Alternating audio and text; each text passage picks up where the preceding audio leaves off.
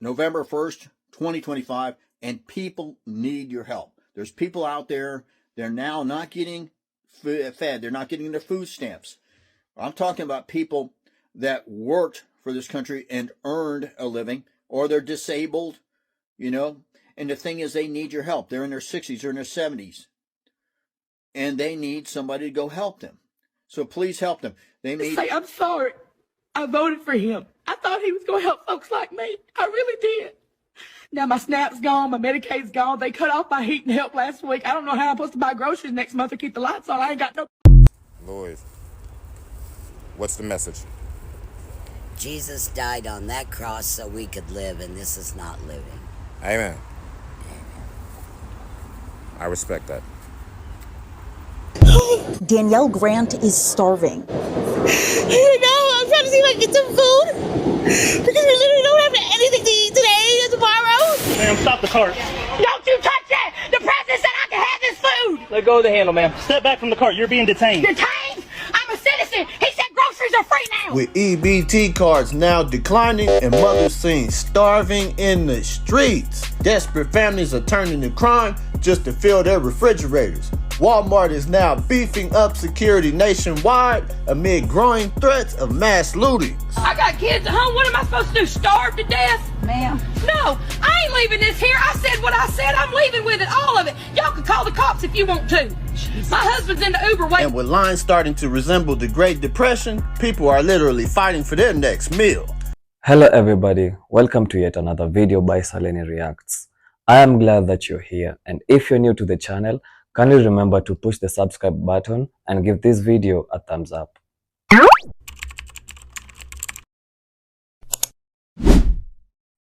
Alright, so what are we diving into today? We are looking at some pretty eye-opening clips by Americans dealing with some serious issues, and this is something that we really need to talk about. Right, so let's pay attention to the video lineup I gave you today as we dive back in with my commentaries. Not everything has two sides, okay? Not paying for food stamps is as fucking ugly as the mustache on my face. I'm doing this for Movember to try to raise money. The administration is denying food stamps to poor people for no good reason, just to cause pain that they think Democrats will have to own. Even if they were right, even if the courts hadn't condemned their position multiple times, even if the reality of the law were not plain in the reading of the language, even if they hadn't allowed food stamps to be paid for out of the reserve fund in the first shutdown in the Trump administration, and had the agency say it could be used for that, and then change that guidance out of convenience, even if all of the facts weren't so fucking obvious, the reason they're denying it is malignant. And I don't know how any conservative can like it. And I don't know how anybody on the left can't see how it's not enough to just say, this sucks. Take the message that what we need is something better. Feed the fucking poor people. Alright, so that just happened. And what are we seeing? We are seeing that Americans are crying right now. They're really regretting voting for their terrible president, Donald Trump. And this is also not something to feel good about. And just like that, the SNAP food program is gone. See, SNAP isn't coming back, and things are changing fast. Whether you believe it or not, the SNAP program, well, that's done. The system that helped millions survive these past few years is being phased out quietly, while prices keep climbing and wages aren't catching up. They say it's temporary, or under review, or we're waiting for something to pass. But you know what that means? It's over for good. And now the same people that depended on it are being told to just work harder in an economy that's already broken. Groceries are up, gas is up, rent's up, but your help? It's gone. Things are changing and not in your favor. SNAP was a lifeline for millions, And just like that, they cut it out. It's gone forever. Trust me, it's not coming back. Remember who did this when they come smiling and wanting your vote. Remember, they did this to you. It's not coming back. I'm sorry, folks, but it's not. Okay, the Trump administration is now emailing grocery stores telling them they can't offer discounts to SNAP-eligible Americans that can't afford food right now since Donald Trump is refusing to fund SNAP benefits. So over 30 days ago, the government shut down. And because of that, on November 1st, the Department of Agriculture ran out of money to keep food stamps going. And 41 million Americans lost their SNAP benefits, including 13 million children. Now, in response to this, the Trump administration could have taken emergency funding from Congress to keep these SNAP benefits running, to stop 41 million Americans from starving. Did they? Absolutely not. And because of that, groceries have started to offer discounts to those SNAP-eligible Americans that are no longer receiving benefits to help them during this hard time. The Trump administration saw grocery stores doing this and said, hell no, they're not allowed to eat, and told the grocery stores to stop. Now, if you're wondering why the Trump administration has the authority to tell these grocery stores to stop, it's because SNAP-eligible grocery stores have to comply with the equal treatment rule, which means they can't sell their products at a discounted rate to SNAP-eligible Americans. Now, the point of this rule is to prevent SNAP-eligible Americans from using their SNAP benefits to buy goods that are already at a discounted rate, not to prevent grocery stores from giving them a helping hand in a time where the federal government is failing to fund their SNAP benefits because it's shut down. Anyways, that's it for now. This is very cruel, but very expected from somebody like Trump. What did people do before food stamps? I'm assuming you're talking about the Great Depression, where most of the country was in severe abject poverty, and you're really not gonna like hearing what I'm gonna tell you. I'm gonna go down the list of what people would start to do all the way to their last resort, and I really don't think you're going to enjoy hearing any of this. At the start, people were robbing stores, and if they couldn't rob a store, they were robbing their neighbors. And if they couldn't rob their neighbors because their neighbors didn't have anything or it was just too difficult to do so, they would resort to eating animal food that was not rated for human consumption. So cat food, dog food, chicken feed, horse feed, pig feed, whatever kind of food was available because they needed the nutrition, even though it might have poisoned them. And I assume that's what they did first because people typically love their pets, so the next thing to go on the list is the pets themselves. And if they didn't have a cat or a dog, they would probably eat their neighbor's cat or dog when they weren't looking. And if their neighbor didn't have one, they would just find stray cats or dogs and kill them and consume them. And if that wasn't available, they would resort to local wildlife.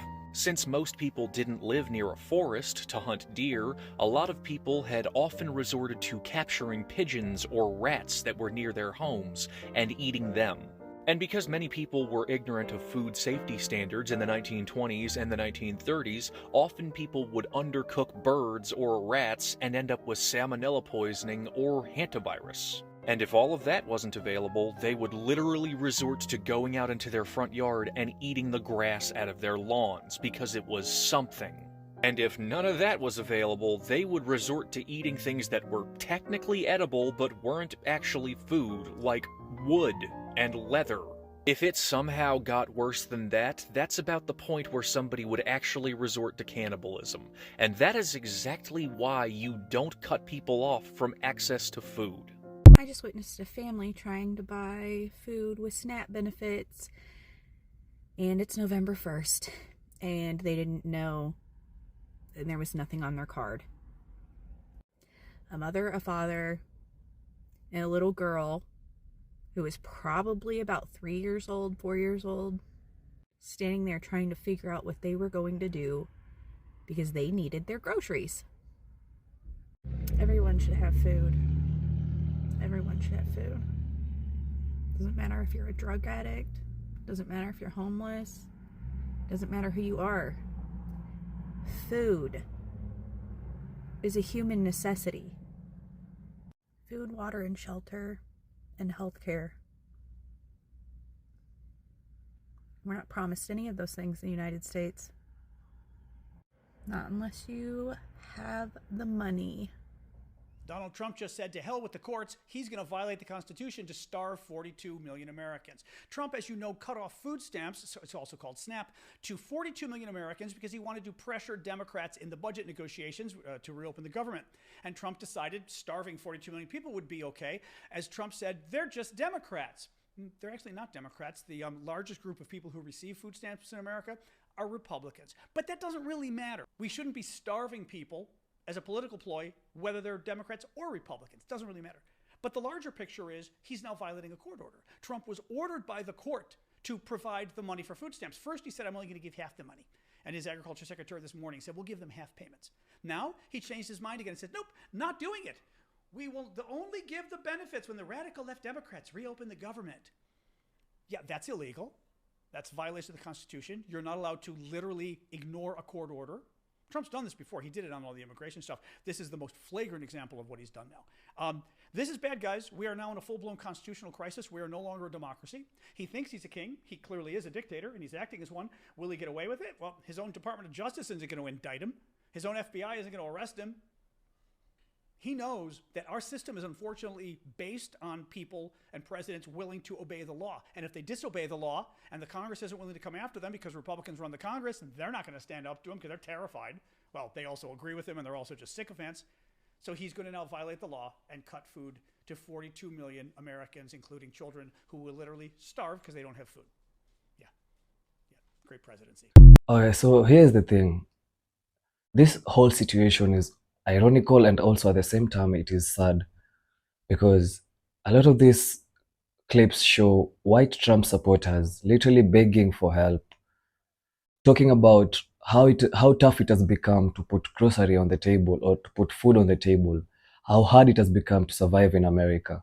They're saying things like, I didn't think it will get this bad. We need assistance right now. We're seeing Maga supporters literally wearing their red hats, begging for assistance for the president, begging for assistance from the government to change and help them because they're really struggling. People tried to explain it, but they really didn't want to listen. Now the reality is hitting them, yeah? And it is majorly hitting the Maga supporters because we are seeing that a lot of Maga supporters are really regretting their voting. They're really regretting voting in Donald Trump since life has never changed for them since the guy has been on the seat. Instead, the guy is busy building ballrooms, buying jets, and also making donations to other countries, while the country itself is struggling. And so here's the thing that we all need to understand, yeah? Food should never be a handout to anyone. No one needs food as a handout. No one deserves that, yeah? That it's going to be a help for you. No. We don't need that, man. We need to understand that food is a necessity to everyone. Whether you like it or not, food is a necessity. Shouldn't be a government handout at any point. Yeah? Because people are working jobs, raising kids, trying to make it. Still, they can't afford groceries. That's not laziness. That's the system failing on them. It's not their fault. They had a reason knowing that they're going to have a change in life when they vote for Donald Trump. But what happened? Everyone is regretting. Everyone is crying. Others are happy because they want them. It's going to be a wake-up call for everyone. We need to wake up. If you're the kind of person who woke up and still supported Trump, regardless of this misconducting of the government and the oppressions by this regime, you're really going on the wrong place, bro. Really going on the wrong place because everyone right now is woke. Everyone is moving to the right path. We're trying to change everything that is happening in our regime. Yeah.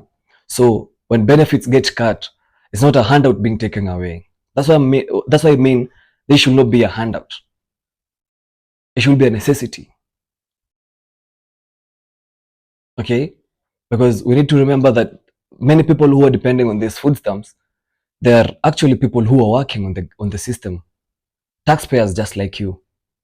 Yeah? But they resort to that because they know things are not okay in America. Life is being expensive and it's never going down right now. As long as Donald Trump is in the seat, it's never going to go down. Yeah? It's when the food handout is taken away or the stamps are taken away from these people, it's the poor people missing their dinner, missing their breakfast. Yeah? Is someone's ability to live taken away? Because remember, you need food to survive. Yeah? And that's serious, man. That's serious. And the sad thing and the ironical also thing we need to talk about is some people voted thinking government help was only for other people. But poverty doesn't really care who you voted for. It doesn't. It hits everyone. Poverty can strike you at once. It's just a call away and you maybe sucked away from your job and you're back to poverty. What will you do? You're going to be a dependent for this.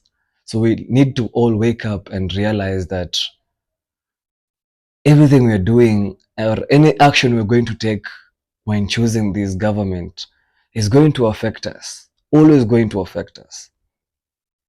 Either the prices of the groceries are going to go high, either lifestyle going to go high. Remember, people are not even affording to live in apartments anymore. So many people are going homeless right now. Other people are in streets.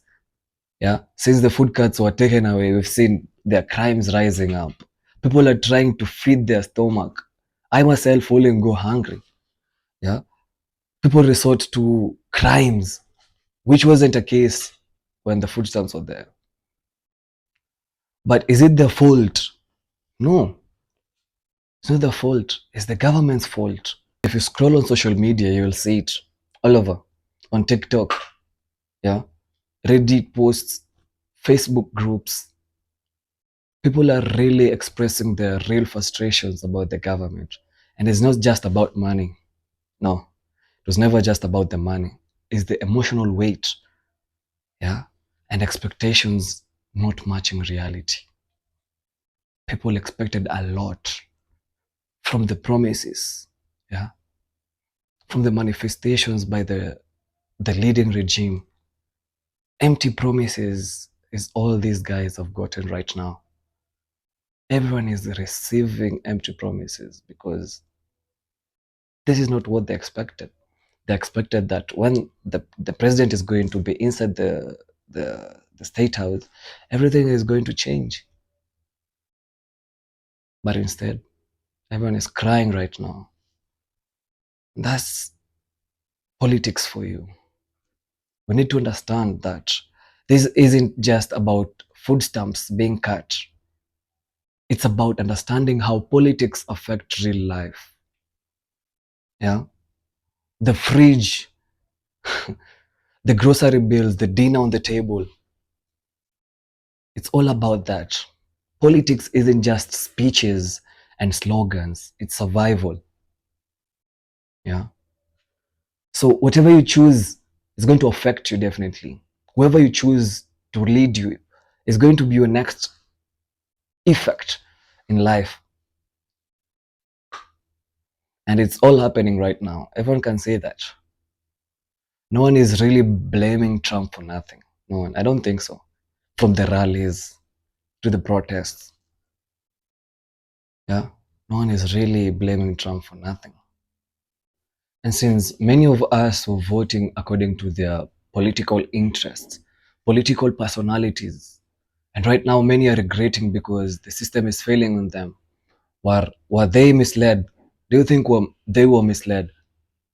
Or were they just so nonchalant about everything, regardless of Trump showing already who he is going to be?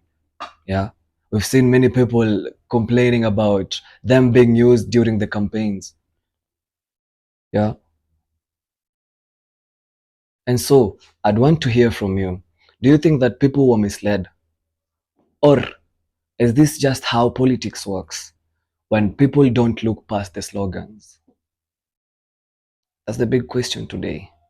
So I'd like you to drop your thoughts in the comments, like this video, and don't forget to subscribe if you want more conversations like this. Thank you. I am Saleni.